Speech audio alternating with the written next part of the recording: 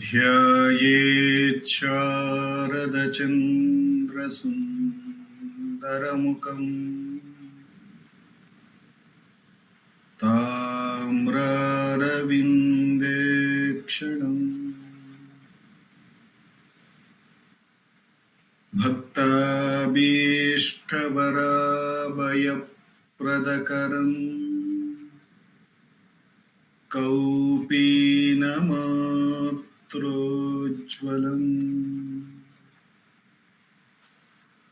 स्वात्मानन्दरसानुभूतिविवशम् सर्वानवद्याङ्गकम्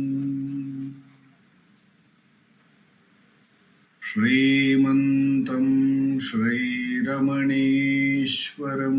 गुरुवरं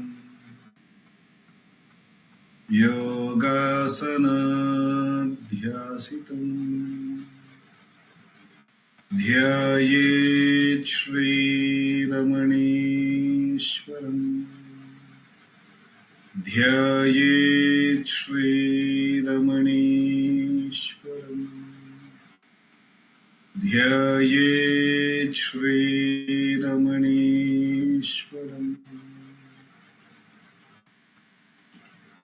हृदयकुहरमध्ये केवलं ब्रह्ममात्रम् यहमहमिति साक्षातात्मरूपेण भाति हृदि विषमनसा स्वं चिन्वतामच्युतव पवनचलनरोधा आत्मनिष्ठो भवत्वम्।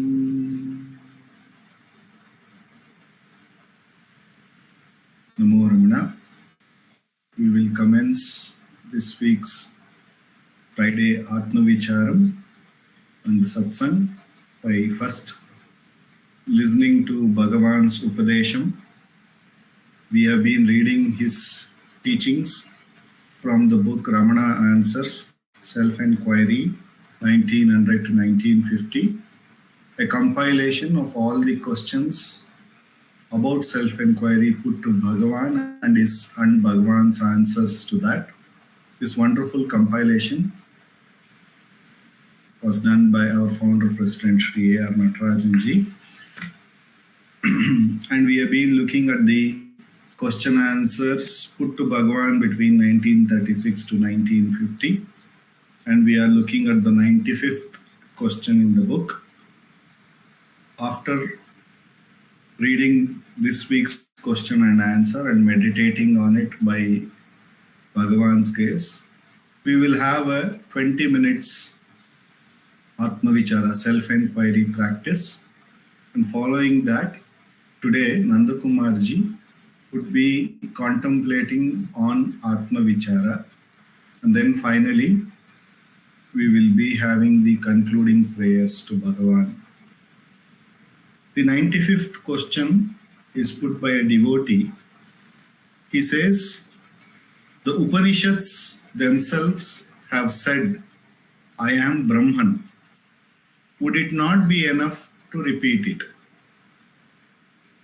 So the Upanishads, he says, themselves have made it very clear that I am Brahman. Would it not be enough to repeat it? And let us look at Bhagavan's answer. Bhagavan says, that is not how the text is to be understood. That means that is not what the Upanishads are saying, that to read it as I am Brahman. He gives a clarification. It simply means Brahman exists as I, and not I am Brahman. It is not to be supposed that a man is advised to contemplate I am Brahman, I am Brahman. Does a man keep on thinking I am a man, I am a man? He is that. And except when a doubt arises as to whether he is an animal or a tree, there is no need for him to assert I am a man. Similarly, the self is self.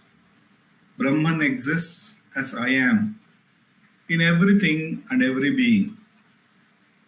Whatever path one may choose, the I is inescapable.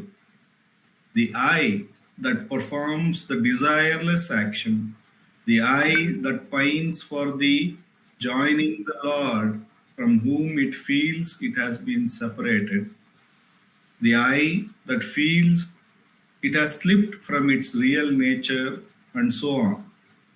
The source of this I must be found out. Then all questions will be solved. So here Bhagavan, first there are two parts to this question. The first statement of the devotee says, the Upanishads are themselves saying, I am Brahman. So, and the next part is, can I not go on repeating the same thing, and would it not suffice? Would it not be okay to go on saying, I am Brahman, and that would do what it has to do? Bhagavan gives clarification very beautifully to both parts of the question. In the first part, he says how it has to be interpreted. I am Brahman should not be interpreted literally as I am Brahman, but to be really understood as Brahman is the I. That is the real meaning. How can an individual, an entity which rises in the morning and becomes completely absent when one goes to sleep, and again rises in a dream, and however little length it stays, that which comes and goes, how can it become the truth, Brahman? So Bhagavan is very beautifully clarifying that the Upanishads are not saying, when they say I am Brahman, it is to be understood as Brahman by some thing as now been identifying itself as I. So Brahman alone is, and that alone is I, and that alone is everything. So Brahman is the truth, and it exists as the I, not the other way around, not that temporary thing which comes and goes. So, and Bhagavan continues to say that what is the use of repeating? And another thing we can also see in the first statement, I am Brahman, if I hold on to that idea or I understand it, that is how the Upanishads are saying. Will my limited identity that I am this body, name, form, go away by the understanding I am Brahman? No. I am Dileep was one idea, and that has been replaced by another idea, I am Brahman. But what I recognize myself as is still this body, mind, this limited structure, this limited identity. Therefore, what is the use in understanding I am Brahman? We can see it that way also. Therefore, we have to really inquire, what is the Upanishad saying that in the statement I am Brahman? And then, having known that Brahman is the Trikala Abhadita Satya, that means the truth which doesn't get disturbed by the waking, the dream, or the sleep. That is what is I. That is how it has to be understood. And and any understanding that I am Brahman means, obviously, I am still identifying myself with this name and form, and then I am having an idea that, oh, I am also that Brahman. That is not the way it is to be. And Bhagavan says, and what is the idea of repeating anything? What is the great advantage of going on repeating, I am Dileep, I am Dileep, likewise, I am Brahman, I am Brahman? What is the use of it? In fact, we have to get a clear recognition or a realization, what it is called, that Brahman is I. That is the whole purpose of the Upanishad. So by merely repeating I am Brahman, it is absolutely no use. Because in sadhana, we think a repetition, or even in our life, many times repetition makes some things possible. We may continue to believe that by repeating like a chanting or something, it may bring about the result. But Bhagavan is saying here, the result already exists. Brahman is I. Brahman is already that. So Brahman is what? By inquiring who am I, Bhagavan says, by finding out what is the reality of I, we will find that it is always Brahman which was the reality. That alone was and is, that therefore that alone is continuously. And therefore that Brahman is right now shining as this I.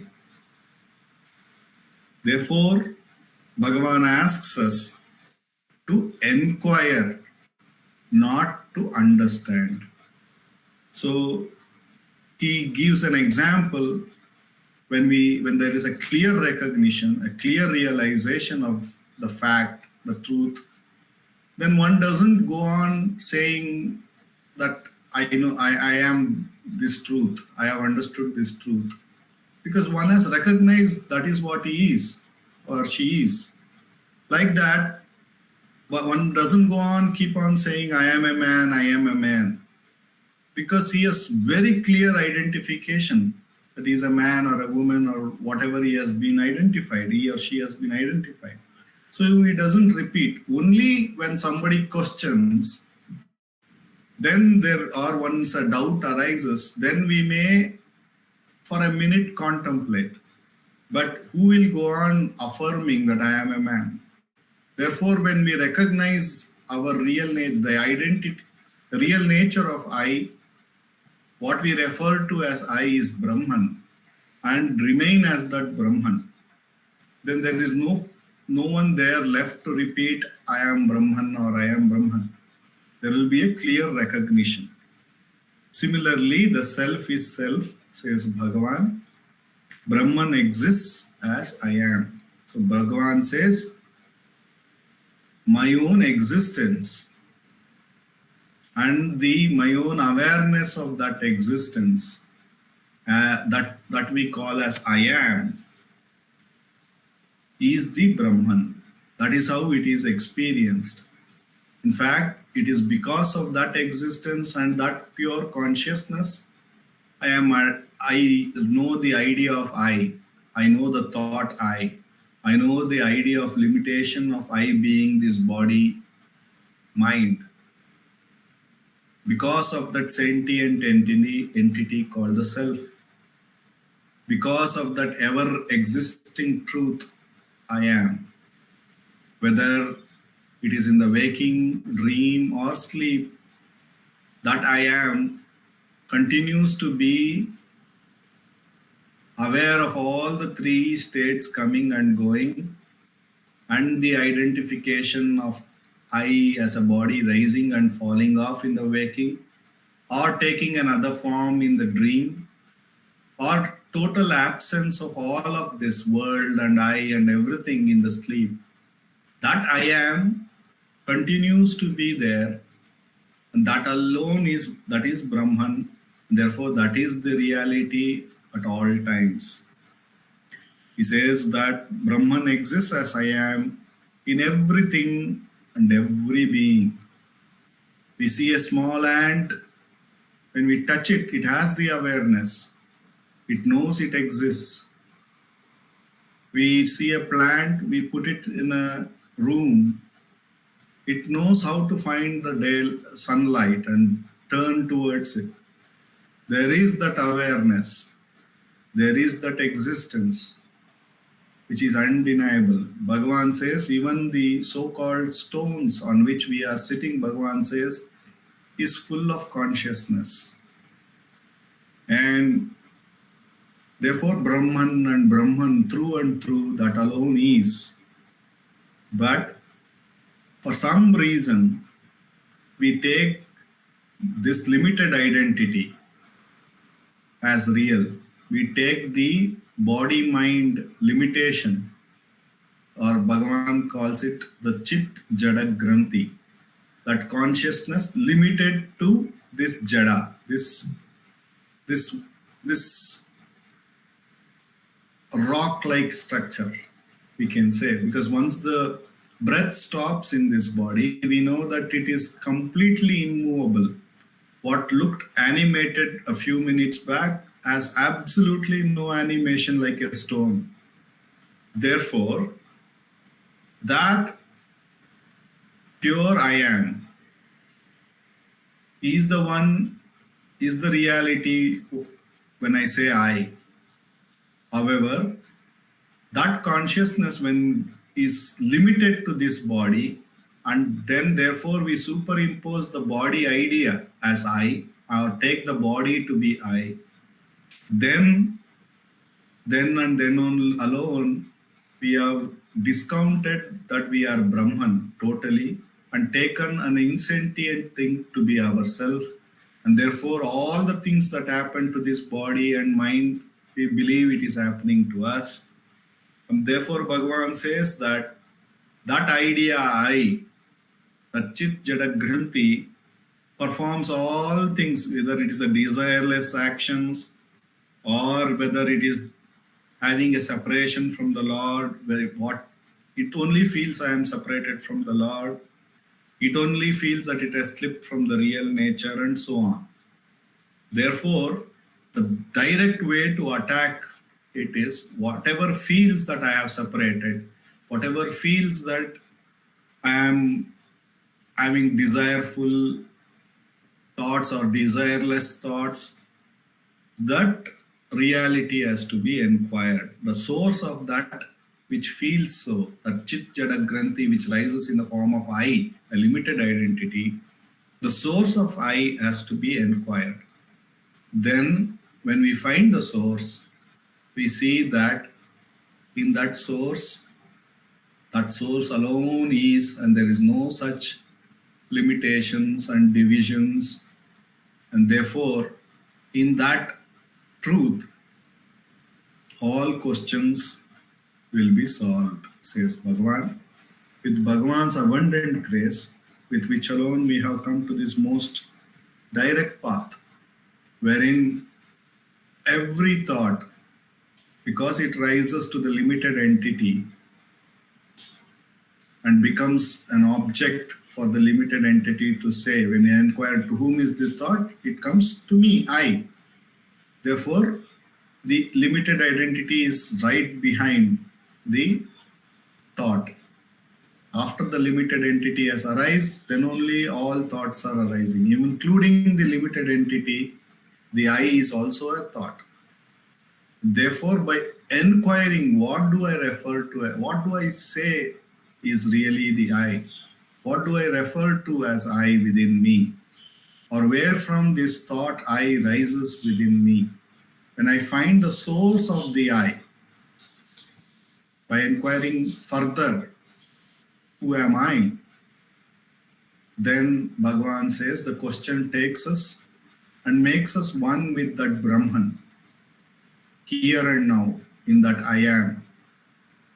And therefore, every thought, no matter what is the nature of those thoughts, whether it is good, bad, ugly, spiritual, no matter how many thoughts rise, Bhagavan says in self-enquiry, we should diligently inquire to whom is this.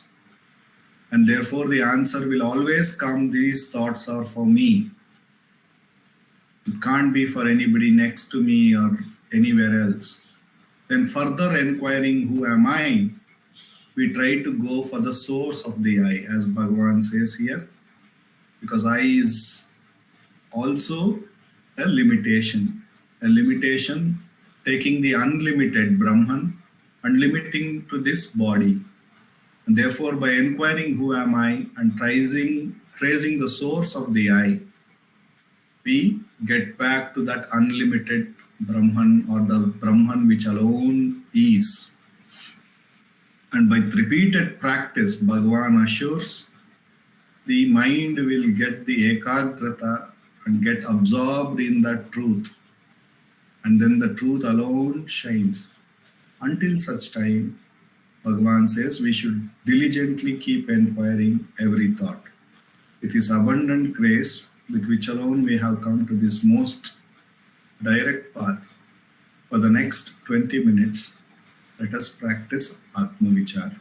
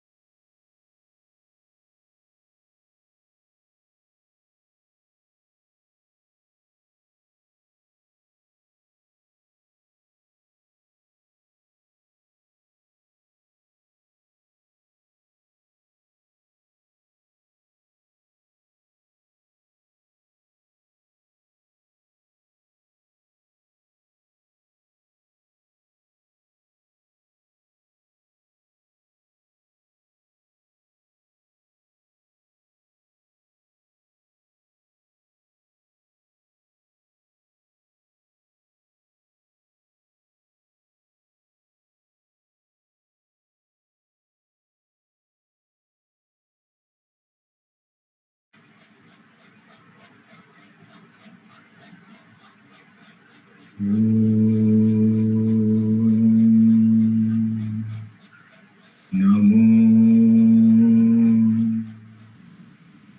Bhagavate Shri Ramanaya.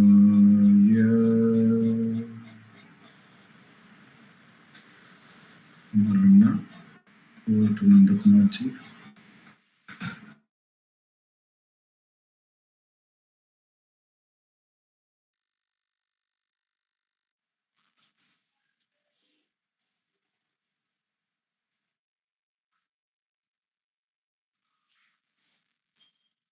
Namo Ramana. If there are any questions for anyone, we can take that up, or I can read from the talks and engage on that talk. First, if there are some questions, you can just unmute and ask on self-enquiry.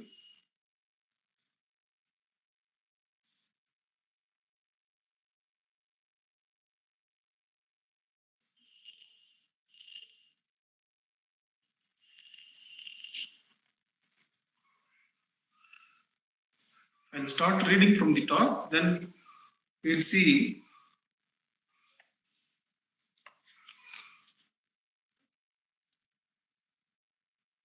This is talk 401. Mr. Krishnamurti, an Andhra gentleman, asked as follows: when we make tapas, on what object must we fix our sight? Our mind is fixed on what we utter. So he is clear that the sight and the mind should be fixed on the object of tapas. He is only asking on what object should we fix the sight and the mind. We understand that tapas or dhyana in the normal sense, the sight is one act of perception. The mind is the sukshma which can run away though the sight is on the object of perception.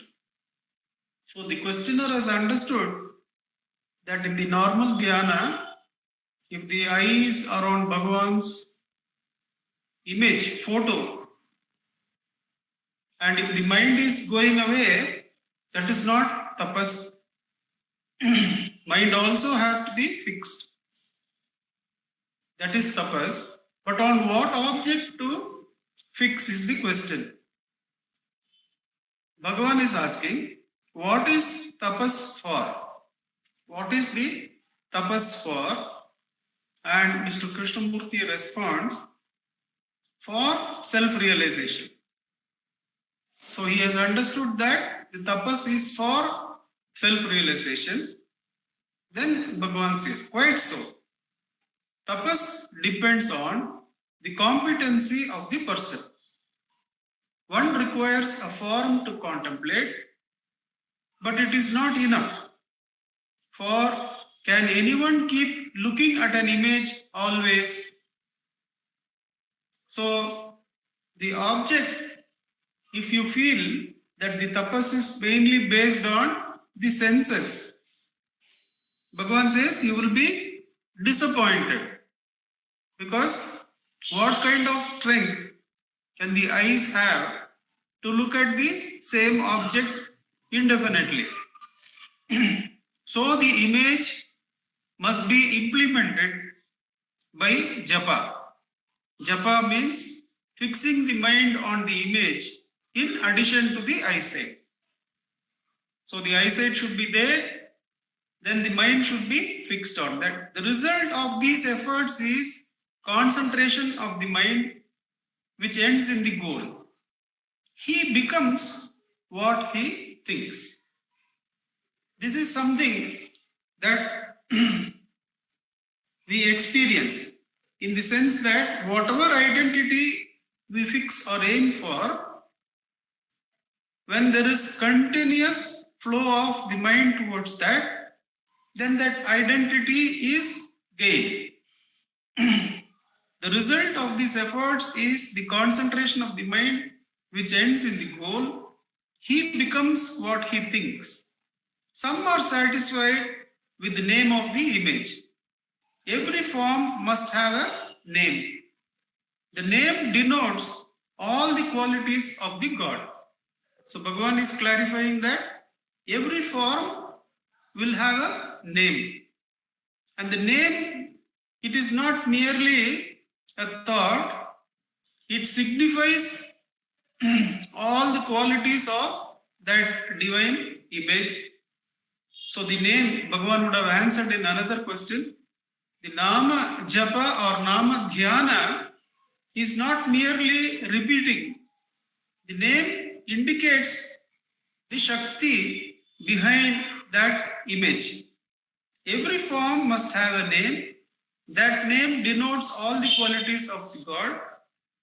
Constant japa puts off all other thoughts and fixes the mind.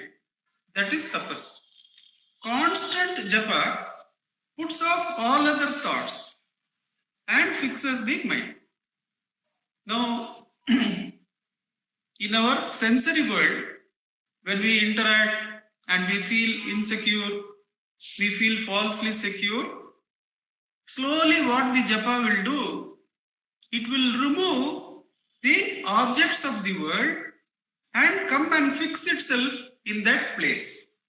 That the objects of the world which were supposed to give us security or by their absence or presence make us feel insecure, all that will vanish and the God's name will come, because we will be constantly in our actions and in our thoughts, we will be remembering Bhagavan. You would have seen those who do self-enquiry, they will be great devotees of Bhagavan, naturally. Whenever, because in interaction, the language of communication, Bhakti is an easy language of communication. And one can understand that the maturity of one's own self-worth journey is understood by the surrender to Bhagavan in the events of life. What others would give as worldly options, go to this place or see that person or earn more money, all these will be replaced by the japa, by the nama, that Bhagavan is there. Though the actions are done, though the hands and the mind are doing the activities, underlying that is the constant thought of Bhagavan. That Bhagavan idare, Bhagavan is there, he is taking care, that is always there. When the mind is so fixed, that is tapas, says Bhagavan. How fixed? The mind is always thinking of God only. In a meeting, everybody is discussing with lot of anxiety that a situation is not in control. But one person would be saying the things in a calm way because he is holding Bhagavan as the japa. That Bhagavan is only giving the presence, is the present situation. Bhagavan is only the solution we are aiming for. Bhagavan is ever present. So therefore that one is already at peace, already as though the problem has solved. So the whole world and its problems are all completely replaced by the japam. Only Bhagavan is visible. Why? If we don't know the solution, how does it matter? The situation, whole humanity doesn't know the solution. How does it matter? If we don't know, it does not matter at all. It is Bhagavan who solves the big and the small problems. It is for us to hold him. Then that is Tapoloka. That Tapoloka precedes Mukti Loka. You have to go through Tapoloka to get to Mukti Loka. Tapoloka permeates this Stula Loka. So when one does tapas in this world, one transcends this sensory world. The sensory objects no more excite us no more cause fear in us, because there is constant thought, constant dhyana of Bhagavan. What the Tapoloka does, it takes us to Mukti Loka, because it makes our doership vanish. There is no doership, though we are still residents apparently in the same world. One has already reached Mukti Loka, because there is no doership for that person. Always Bhagavan Nama is only going on inside. Who is the real doer? Bhagavan is the real doer. Nobody is attributed doership. That is tapas. One-pointedness is the tapas wanted. The question, what tapas is, was asked in order to know the purpose to serve. It will take the form required for the purpose. The purpose being self-realization. The tapas has to take the form of holding the self. If the tapas had been to reach the form of Ramana, then we have to hold Ramana. If Ramana tells, I am telling you, you have to go for self-realization, then the tapas has to take the form of self-enquiry. Who am I? Is Bhagavan an object, or is he the subject of the ego present inside me? Hariyaditara jivara ahavarisa guhayil arivayirami paramatma arunachala ramana. The worldly happenings stop affecting us. Only Bhagavan is there. Now Bhagavan and seer of Bhagavan are there. If self-realization is the goal, then what does Bhagavan say? Who sees Bhagavan? Who sees Bhagavan? Who am I? When we ask, then the Bhagavan who is present within the eye rises and shines as the self of all. The worldly events have been surrendered to Bhagavan. Bhagavan Nama is only there, and that Bhagavan is telling us, go for self-realization. As Bhagavan did when he came to Tiruvannamalai, in Ashtakam he says, as soon as he came to Tiruvannamalai, he saw the hill. The hill drove his mind inward, and he inquired, who is seeing the hill? Kandavan evanena Karuthinul Nada, Kandavan Nindrida Nindradu Kande. The Arunachala Nama was going on in him from youth, from childhood. But as soon as he comes and lays his eyes on Arunachala, his mind is already given to Arunachala. Arunachala drives his mind inward and asks him to realize the self. So Kandavan Evan, he asks, who is the one who sees? Indrida Nindradu Kande. The Nindra Porul is the self of all. The Spurana, the I, the non, rises and shines. In that non, the whole creation, all divinity are contained in that non. So, Kandanan Endrida Karutadavilli. There is no Anya Bhava there. In the I, as Dileep ji was narrating, that Aham Brahmasmi is not to be repeated as a japa, which has its own efficacy.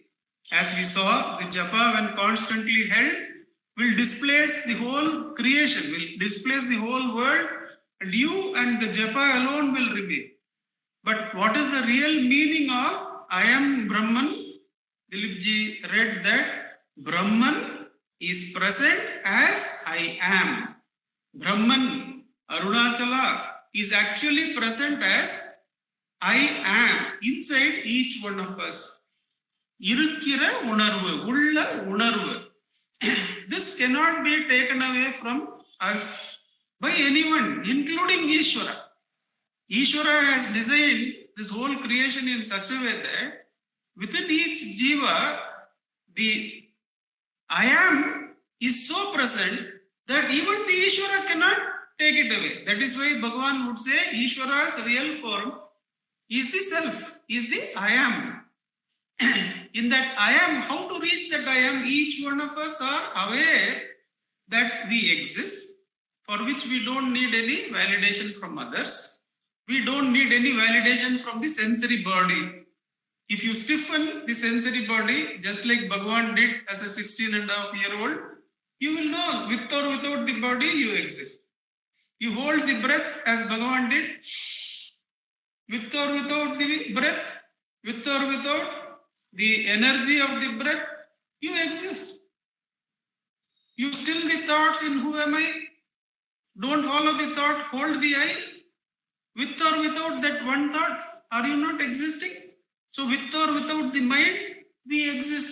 Therefore, the I am is free of the sensory body and the sensory universe, breath body and the Gandharva lokas and the Gandharva universes, the Manoloka and all the data-based lokas they can have, the Buddhi loka and the heaven and hell, the good and the bad that could have, which permeates all the lower lokas, that is there, that also is transcended, because even without the Buddhi, we are there. The thoughts relating to Buddhi, we are there. Still those thoughts, are you not there?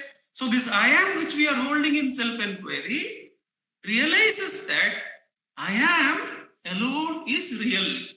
All the other things are lit up by this I am and are false appearances in this reality. When that I am is natural, when it is held to the exclusion of thoughts, it rises and shines as I. Soham spurti taya Arunachala Shiva Purno Vipati Swayam. Arunachala Shiva will rise from within us and shine as I am. I. Bhagavan says, hold that and keep quiet. Be still. You will get Sayujya with Arunachala as a Spurana. Even there, don't ask anything. Be still. That Spurana also will become quiet.